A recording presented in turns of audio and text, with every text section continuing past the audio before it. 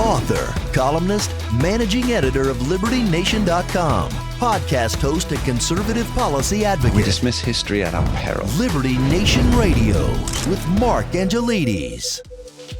Hello and welcome to Liberty Nation Radio, heard coast to coast on the Radio America Network. I'm your host, Mark Angelides. On today's special edition, we are talking swamp draining and SCOTUS, and a lot more besides. Remember, Liberty Nation Radio is sponsored by Liberty Nation, where you can access podcasts, breaking news, analysis, and a range of biting and brilliant shows to whet your appetite for freedom and your fondness for the great American Constitution. Let's get started.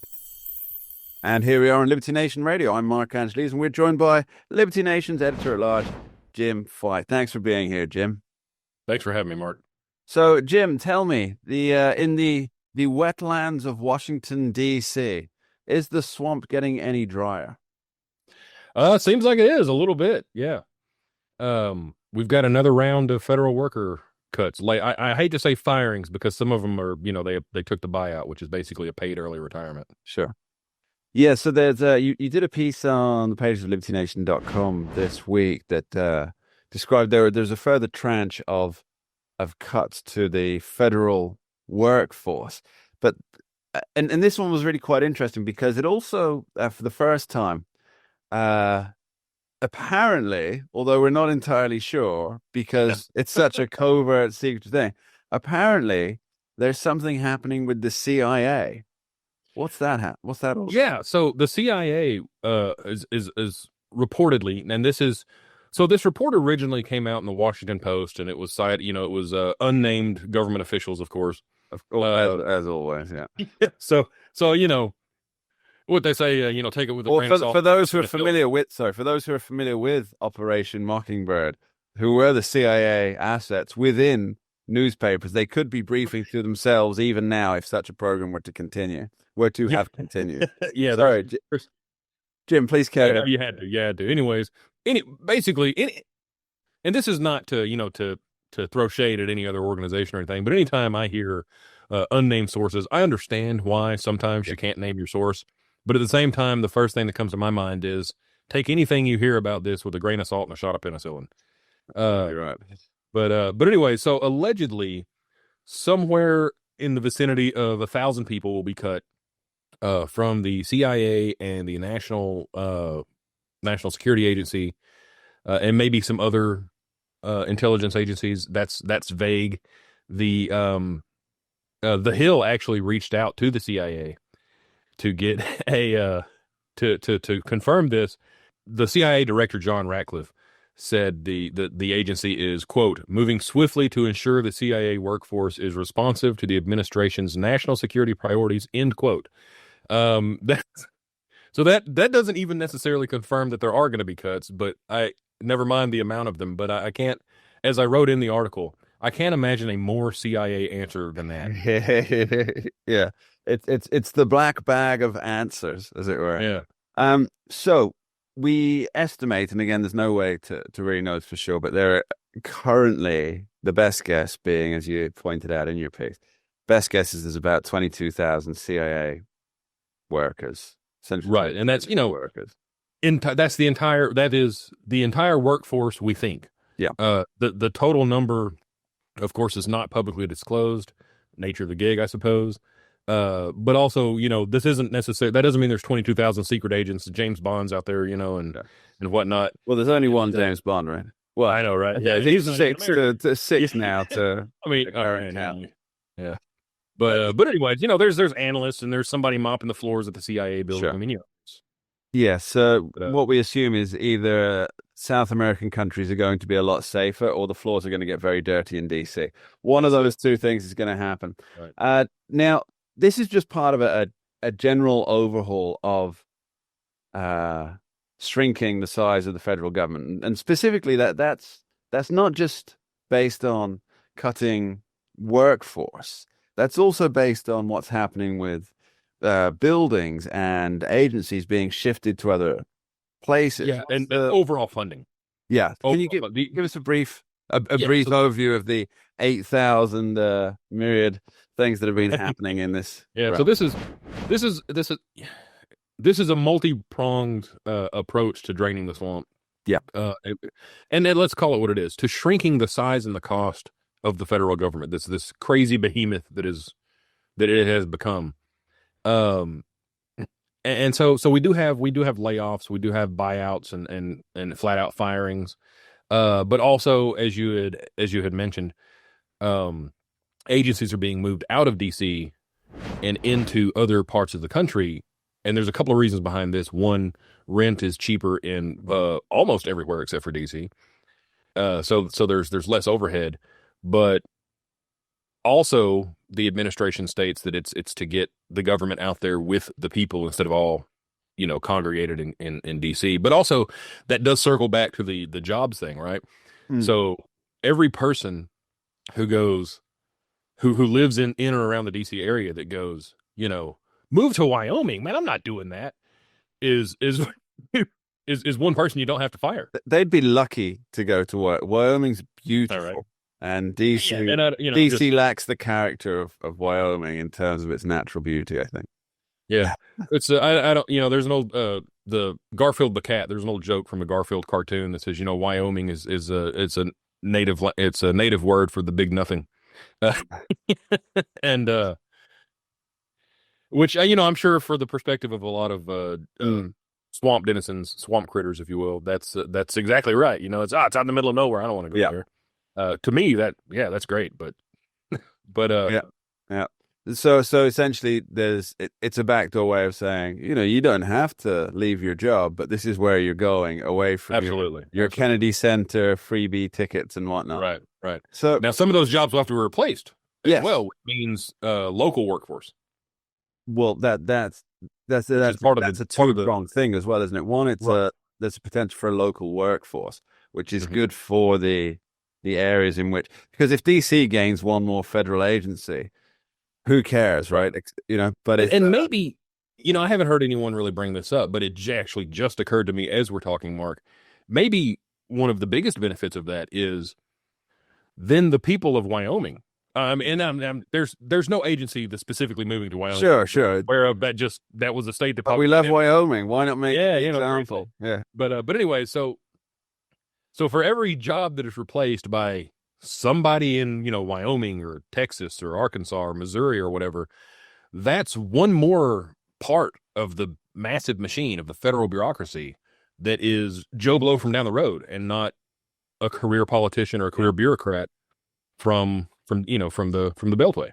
Well, that was the second point I was about to make. You're absolutely right. Yeah, but you're not reading about that in any of the other media stories. Of course, yeah. It's one of those things that until you kind of delve into what are the side quests, as it were, of what's happening in the draining of the swamp, you don't realize these things are happening. And of course, there's a savings there as well, because as mentioned, Joe Blow from Wyoming, Arkansas, there's probably not the same pay band as or the extra allowances for living in Washington, or danger money, as I like to call it. Yeah, right. There you go. Yeah, the base pay is probably going to be the same. Yeah, because all the federal jobs that I'm working, sure, they're all a chart pay schedule.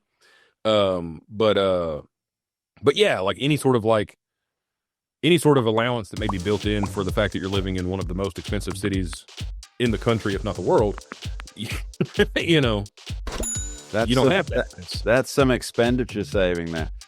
So we're going to continue this conversation about the draining of the swamp, how it's going, and where it's headed after this short break. Don't go anywhere. We dismiss history at our peril. Liberty Nation Radio with Mark Angelides. And you're back on Liberty Nation Radio. I remain Mark Angelides, and we continue our conversation with Liberty Nation's editor-at-large, Jim Fight. Now, earlier in the show, we were talking about the draining of the swamp, how that's going. Now, I want to look forward on this, Jim, and see what kind of trajectory we have for it, because this is how people will remember the Trump legacy. There'll be three prongs, I think. One will be immigration, of course. Two will be the economy. Three will be the swamp.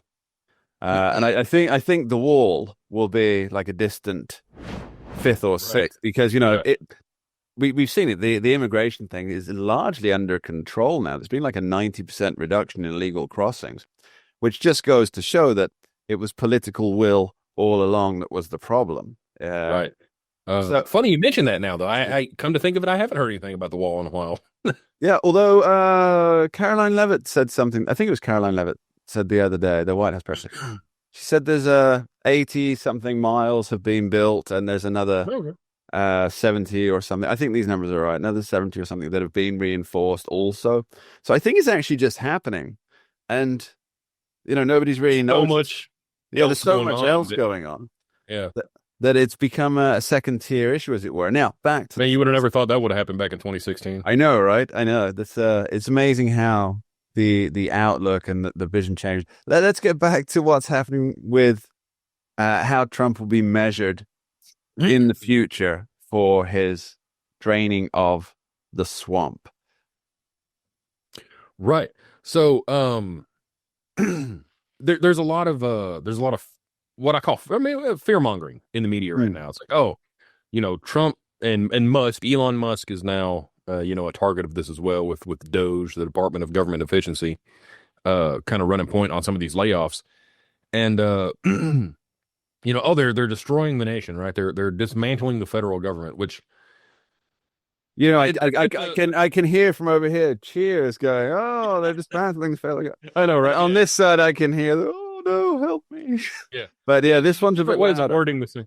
Yeah, different ways of wording the same thing. But the thing to understand here is the country's not going to fall apart because the federal workforce was reduced. If you read in some of the more progressive outlets, the obvious slant is that we're losing our government. People aren't going to be helped.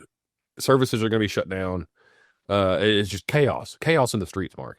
And the truth is, Trump so far hasn't even. I mean, he barely ranks as far as the presidents who have cut the most federal workers thus far. Of course, he's only a few months into his second term, so there's still plenty of time here. Harry S. Truman, a Democrat, by the way, is actually number one. He cut almost 600,000 federal jobs as a net change. And what I mean by that is right after the end of World War II, he cut a lot and then built it back up slightly. So the net change was almost was a reduction of civilian federal workforce of almost 600,000. And number two is actually fellow Democrat Bill Clinton. Bill Clinton, yeah. And this is much more recent and much more relevant. Bill Clinton cut 399,000 federal civilian federal jobs.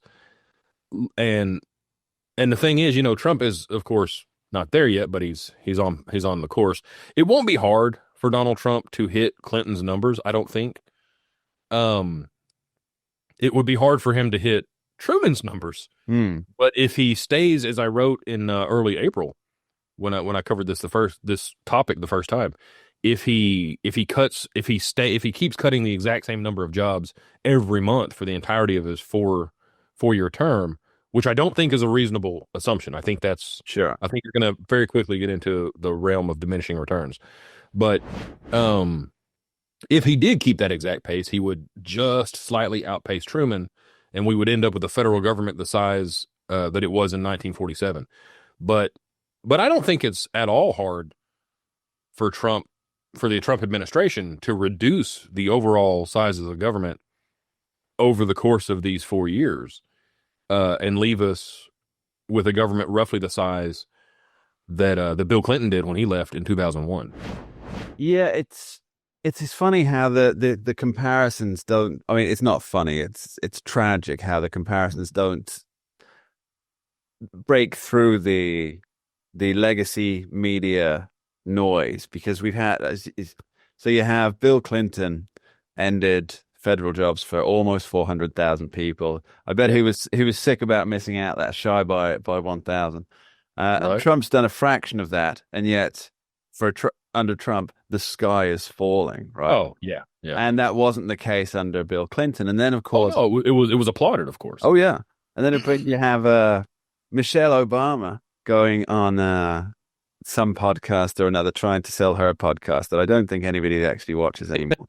About 3 episodes in, it was pretty much over.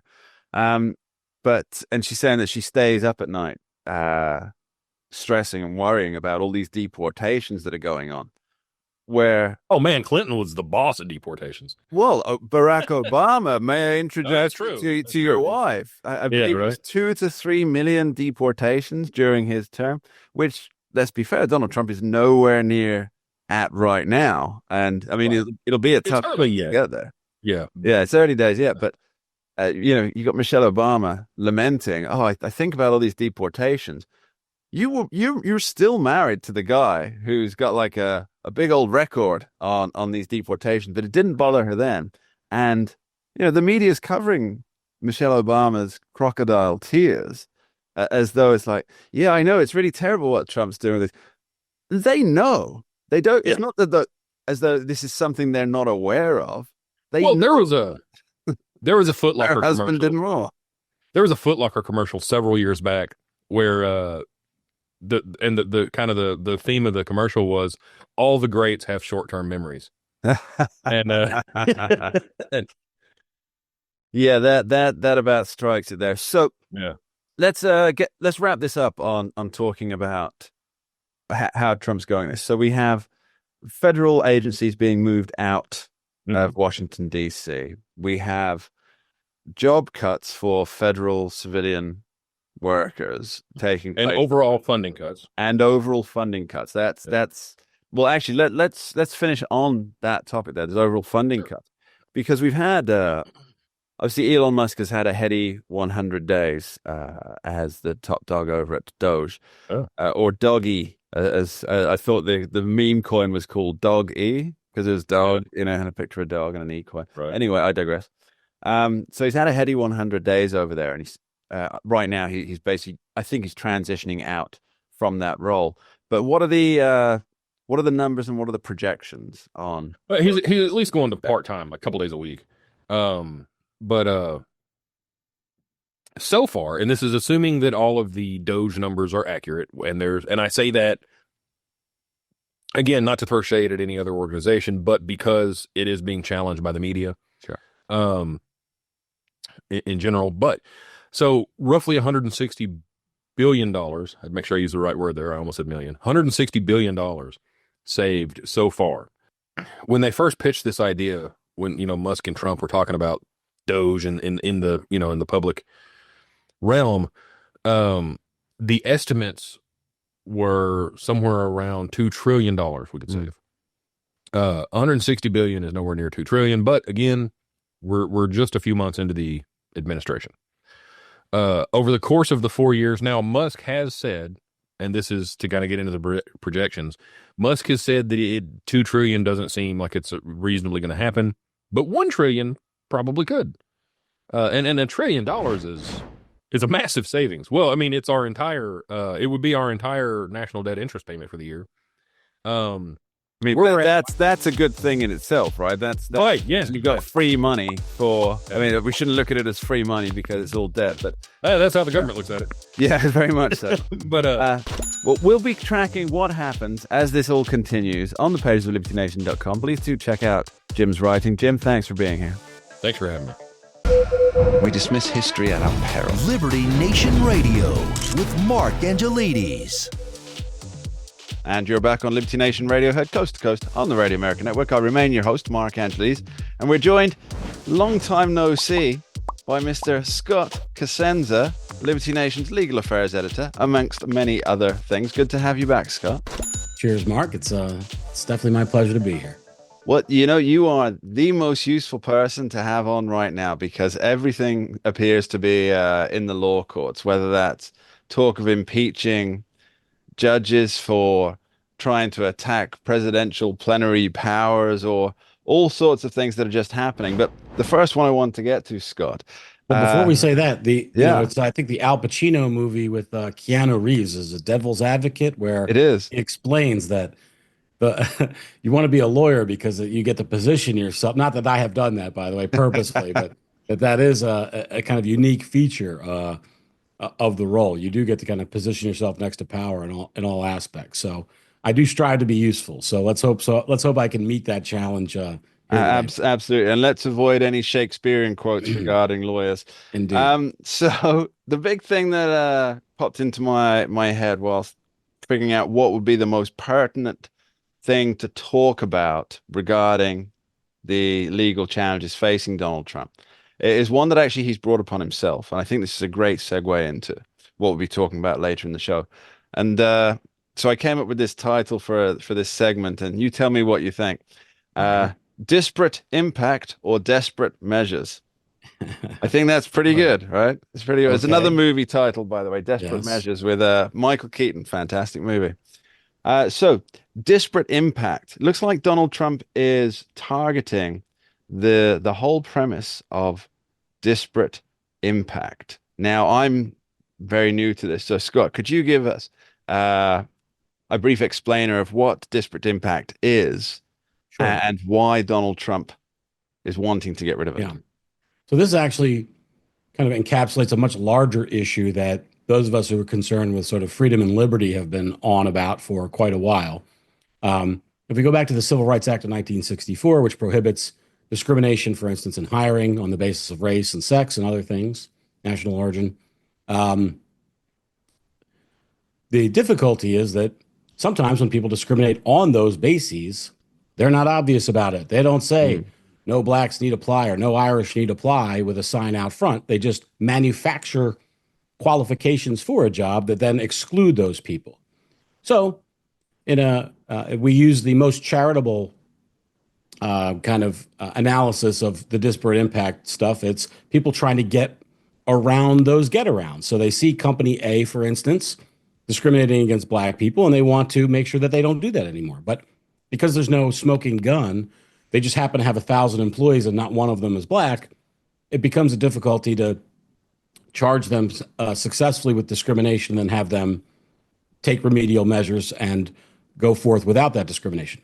But the devil's in the details, right? Because then what they've done is they've said, well, we'll just look at if there's a disparate impact on these rules, and then we will infer or assume that there is discrimination, which of course, as you might imagine, leads to lots and lots of instances where there was no discrimination at all. It just so happens that maybe if you required, high-level engineering degrees or many different qualifications, you're just going to, by nature, have a fewer applicant pool from blacks or some protected class, women or people of a certain national origin, that may have no basis in discrimination. And here's another factor, and this is sort of the big wraparound, Mark.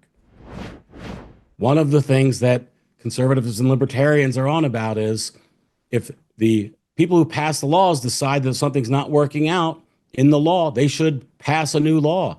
They shouldn't impose regulations on the American people and companies which are not passed into law. And that's what this disparate impact stuff is. It's a regulation, if you will, or a reaction to enforcement measures by the executive rather than a law itself. There is no disparate impact law. It's just this is how the Department of Education, Department of Labor, Department of Justice at the national and their state level affiliates kind of try to enforce the law. And if you're company A and you get a letter from the Department of Labor that says they don't like the way you're doing something, well, the costs of actually fighting them in court are so great that most employers just decide, they just shy away from pain, right? They have the sense that a worm has to turn away from the pain. And so they do, and they adjust their policies, often to the detriment of, by the way, everybody in the job market, and also giving, oftentimes unearned advantage for those in protected groups. So was that a good thumbnail for you, or did I? That pretty much runs the whole beat there. There's a couple of things that occurred to me while you were describing that very, very well for us. And this is something that's actually quite recent. Elon Musk was recently sued before the Trump administration. Well, every day of the week, right? Every day of the week. You have not differentiated. But it was for not hiring people who were non-green card holders. And I'm presuming that came under the disparate impact methodology. So that would be so the theory of the law would be an impermissible discrimination against national origin, which you're not permitted.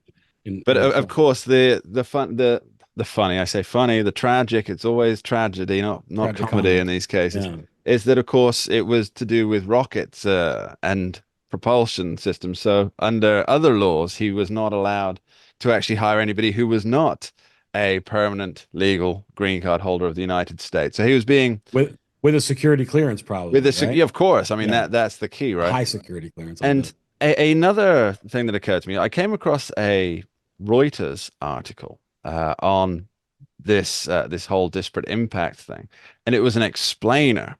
Now, I love and I use the term not in all seriousness. I love the Reuters explainers because they're supposed to be explaining things to you rather than telling you why they're good or Rather bad, than right? rather than employing their journalistic techniques to back a certain narrative that's unsupported by objective fact. So How dare you, Mark? I can't believe you. one of the examples they used to essentially buoy the idea that, Trump getting rid of disparate impact was bad was that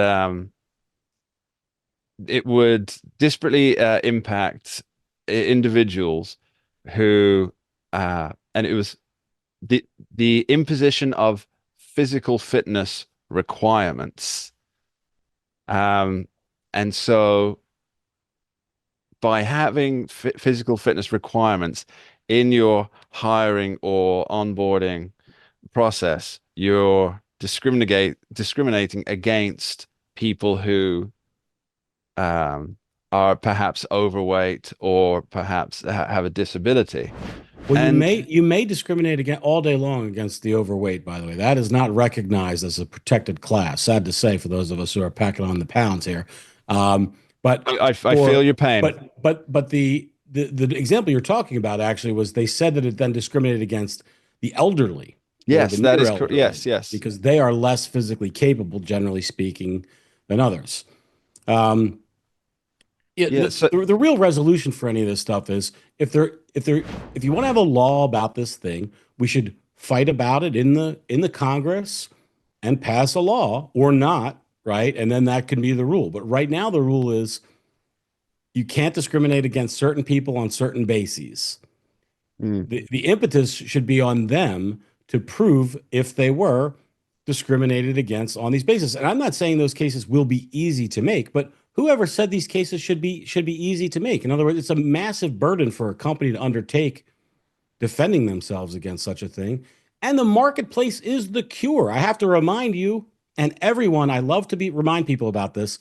The Jim Crow laws in the South were not laws that gave people and private actors the right to discriminate against people by race. It required them to do so because even in Alabama, right after slavery, okay, and in the Jim Crow era, the legislators were unconvinced that the people would be sufficiently discriminatory to negatively impact blacks, okay? They needed those laws that punished them from doing so. So the idea that in 2025 we need those laws, well, I just think it's laughable.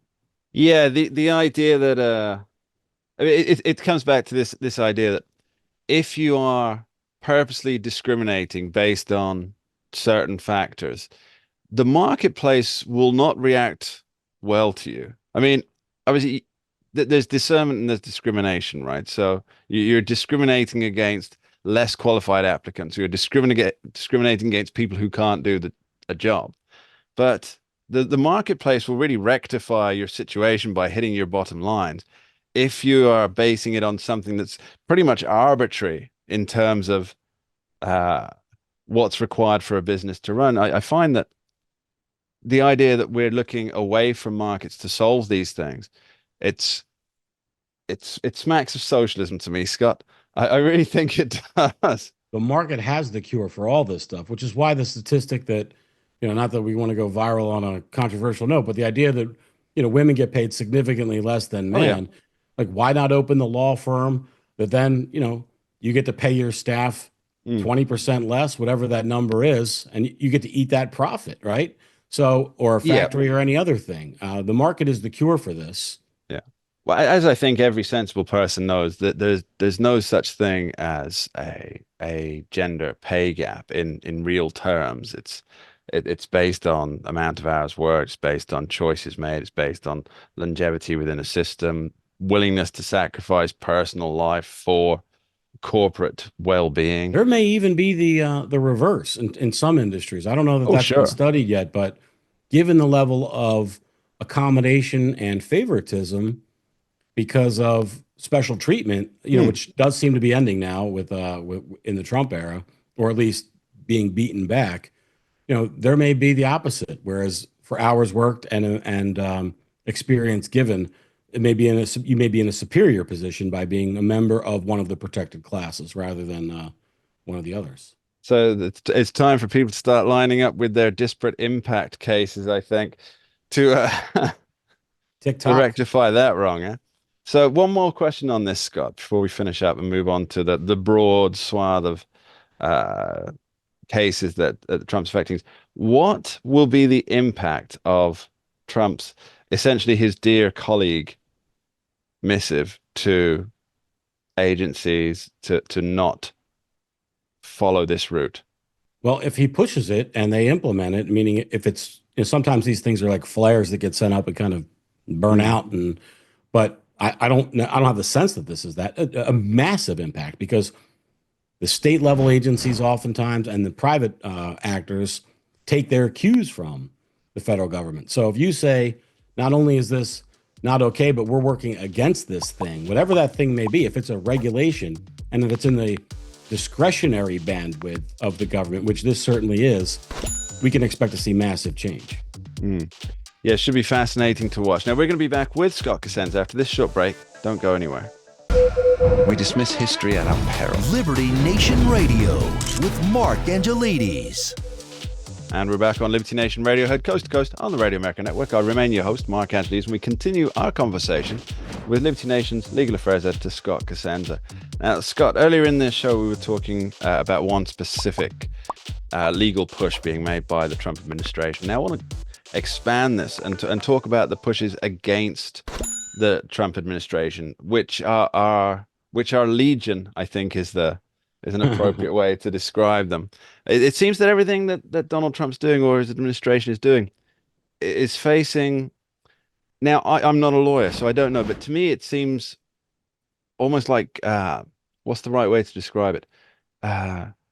Malicious blocking, and that there are maybe many of the cases have merit, but it seems to me that the sheer number of them, they can't all have merit. It's not as though Donald Trump doesn't have lawyers on his side.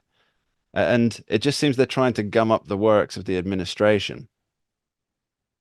Well, I think it was, and we talked about the movie Devil's Advocate, and the quote there, it was other people's money, I think, when Danny DeVito's character had the best line, which was, after being stymied by a number of judges for a development thing, he said, in a room full of lawyers that he hired, well, if this wins, you know what happens? The commies come in. And you know what the best thing about the commies is? The first thing they do is kill all the lawyers. So in any case, that might be value added for some. But my apologies to the listeners. We did get to a tangential reference to a Shakespeare quote. Sorry. Yes, it seems that certainly some of them are without merit, but also that's what the courts are for, is to shake out, which ones have merit and which ones don't. And, what's the alternative but allow the courts to work through it? It's not like Donald Trump has, before he took office, he was funding all these many cases against him. And I think there was an impetus to not only distract him with his attention, but also drive him to bankruptcy in terms of, funding all these cases. But that's not true here. The power and resources of the federal government to defend these legal cases is vast, and I think untaxed in a way that there's not actually a kind of danger that there's too much, death by 1,000 cuts. Now, they can meet the 1,000 cuts and address each one, and they should. And judges should follow the law and not what their own wishes are, of course. And I think that the Supreme Court and other appellate courts should hold them, to task. And I don't know that they're doing that, but the nature that there are tons and tons of challenges. Well, what else are they going to do? That's what they've got in front of them. They've got the power to do this. They've got a deep bullpen with legal talent. The filing fees are pretty light, so the cost it's like the ROI on the whole endeavor, right? Like, getting it done is very cheap if you can win. So I don't fault them for trying, I guess. Yeah, it seems to me that there's it's a new level in the trademark resistance that we witnessed during the first term and sort of exploded during Trump's time out of office. And it does seem to me that, and again, I might have this completely wrong, and I very much understand your point that what's the alternative? We can't just say to any president, regardless of which one it is, you're clearly just being stymied, so therefore do what you want. That would be a terrible, terrible idea. But it seems to me that they're purposely, I mean, Chuck Schumer said something, and he said, we're not, and I'm paraphrasing here, we're not too worried about what's happening because we got 235 judges to, and these are not the exact words, but to block Donald Trump's radical agenda.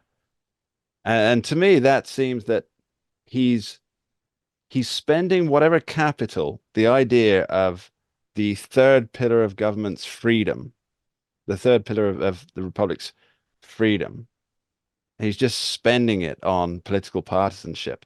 Because what he's telling people, in as many words, is that we own this part of the judiciary.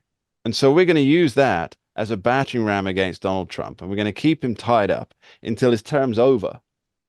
And the things that he wanted to achieve won't have been achieved because we used our 235 judicial appointments to stop him. Mark, there are three branches of our government. There's the executive, the legislature, and the judicial. And those Sure. judicial branch appointees are nominated by the president and confirmed by the Senate.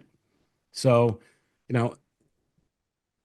it's politics are all in it. I would just say. So there's a reason why people fight like dogs to get these judges in. And there's a reason why the Democrats did away with all of their kind of the 60 vote threshold and whatnot. Yeah, well, absolutely. Yeah. And all that's going to do is eventually come back in full swing the other way. So Republicans will be fast tracking radical, and there are radical judges on the right who probably shouldn't join the bench, just like there are some wingnuts from Berkeley, not some, a pile of them that they got through in the waning days of the Biden administration, to be sure. And America loses as a result, I think, when those things aren't in place. That the idea that, the judiciary is special, and while we get our picks and you get your picks, we should at least perhaps have vetoes over, the most radical folks, and we should aim for comity and agreement. And that went away when the Democrats were frustrated by the Republicans using their minority status in the Senate, to get their way and not have these a lot of radical judges enforced. So, yes, you're right. It is a political game, and Schumer plays it well. And we'll see what they do. But again, when I say what is the alternative, like that's the system that is built in. The system that's built in is a politician who holds elected office makes these appointments, and they're confirmed by politicians who hold elected office. The thing, by the way, that people don't talk about, and it's killing me because I can't recall the amendment number, but we didn't have direct election of senators from the people, right? Senators were chosen by state governments. And so the entire body of the Senate was vastly different, and the things, they were concerned with. And this is the kind of thing that I think would be more moderate if it were state legislatures controlling rather than personalities like we have now. Yeah, but as things stand, it seems like Donald Trump needs the Supreme Court on speed dial. Scott Cosenza, thanks ever so much for joining us today. Thank you, Mark. And that's all we have time for on this week's edition of Liberty Nation Radio, heard coast to coast on the Radio American Network. I've been your host, Mark Angelides. I'd like to thank our guests today, James Fight and Scott Cosenza. Thank you both for being here. And of course, thank you, the audience at home, for taking the time to tune in each and every week. You are appreciated. Please remember, Liberty Nation does not endorse candidates, campaigns, or legislation. And this presentation is no endorsement. We dismiss history at our peril. Liberty Nation Radio with Mark Angelides.